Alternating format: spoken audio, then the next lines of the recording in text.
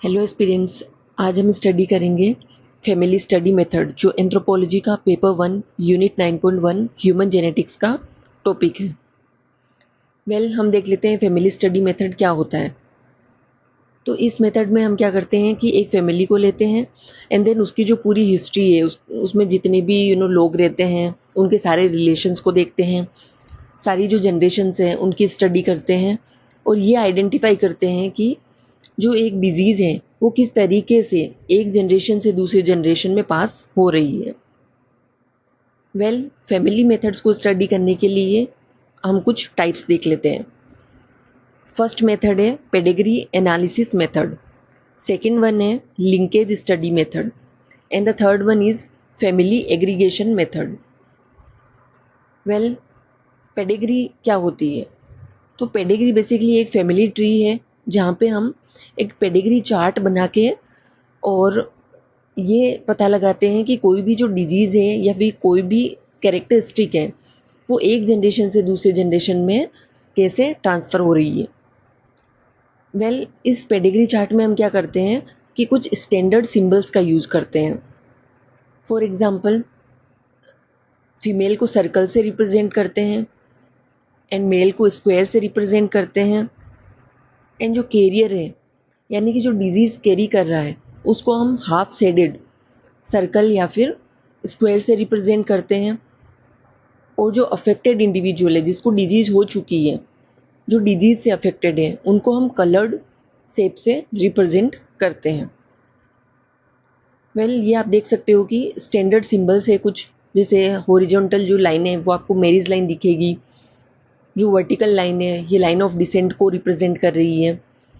And इसमें आप एक चीज़ ध्यान रखना कि जब भी आपको जनरेशन्स के बीच में गैप दिखाना है, जैसे कि प्रीवियस जनरेशन और नेक्स्ट जनरेशन के बीच, देन उनके बीच में आपको एक गैप वर्टिकली दिखाना है। फॉर एग्जांपल, जो प्रीवियस जनरेशन है वो ऊपर रहेगी, जो नेक्स्ट जनरेशन है वो नीचे रहेगी। और जो लोग एक ही जनरेशन के हैं, जैसे कि फॉर एग्जांपल सिबलिंग्स हैं या फिर हस्बैंड वाइफ हैं, वो आपको एक ही हॉरिजॉन्टल लाइन में दिखेंगे। हमारा सेकंड मेथड देख लेते हैं, फैमिली एग्रीगेशन मेथड। इस मेथड में हम क्या स्टडी करते हैं कि कोई भी कुछ डिजीज़ेज ऐसी होती हैं जो कि सारी जनरेशन, सारी पॉपुलेशन में फैली नहीं होती है, वो कुछ फैमिलीज़ में आपको दिखेगी। तो साइंटिस्ट ये देखते हैं कि ये जो डिजीज़ है वो कुछ पर्टिकुलर फैमिलीज़ में ही क्यों हो रही है, इसके पीछे क्या रीजंस है, कौन से जेनेटिक रीजंस है और इन्वायरमेंट का उसमें कितना रोल है। हमारा थर्ड मेथड है लिंकेज स्टडी मेथड। लिंकेज यानी कि यहाँ पे हम कुछ लिंक कर रहे हैं, किसको? तो जीन को डिजीज से लिंक कर रहे हैं। दैट मीन्स, क्योंकि हम यहाँ पे जेनेटिक डिजीज़ की बात कर रहे हैं, क्योंकि जेनेटिक डिजीज़ ही तो एक जनरेशन से दूसरी जनरेशन में ट्रांसफ़र होती है, जैसे कि स्काइज़ोफ्रेनिया हो गया, तो इस तरीके की जो सिकल सेल डिजीज़ हो गई, ये सारी क्या है, जेनेटिक डिजीज़ है। लिंकेज स्टडी मेथड में हम क्या करते हैं, ये पता लगाते हैं कि इस डिजीज़ के लिए कौन सी जीन रिस्पॉन्सिबल है, वो भी फैमिली हिस्ट्री या फैमिली चार्ट को देख के। ये 2-3 लाइनें आप इसको कंक्लूजन में यूज़ कर सकते हो। अब हम देख लेते हैं applications of family study method. तो इसका फर्स्ट एप्लीकेशन है diagnosis of disease. Second application है कि जीन या फिर इन्वायरमेंट का कितना रोल है किसी भी डिजीज़ को अकरेंस में, किसी भी डिजीज़ के होने में इन दोनों फैक्टर्स का कितना रोल है। थर्ड एप्लीकेशन है हिस्ट्री ऑफ डिजीज़ या फिर इवोल्यूशन ऑफ डिजीज़ का पता लगाने में, कि ये डिजीज़ जो है वो कहाँ से स्टार्ट हुई थी और क्यों एंड कौन सी जीन। फोर्थ वन है estimate the risk of disease. For example, कोई नेक्स्ट जनरेशन आने वाली है एक फैमिली में, तो उनके बच्चों में कितनी पॉसिबिलिटी है इस जेनेटिक डिजीज़ के होने की।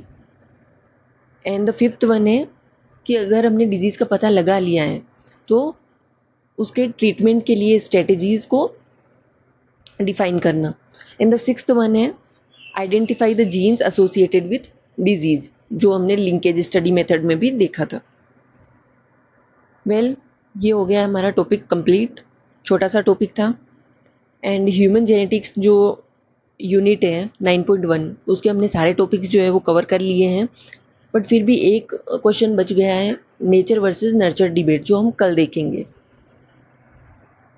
Okay, keep learning, keep growing. जय हिंद, जय भारत। एंड हमने unit 1.7 biological basis of life and unit 9.1 ये हमारी कंप्लीट हो जाएगी कल ही। तो इस तरीके से हमारी 2 यूनिट कंप्लीट हो जाएगी, जो आप ल्यूसिड यूपीएससी यंत्रों के चैनल पे जाके देख सकते हो।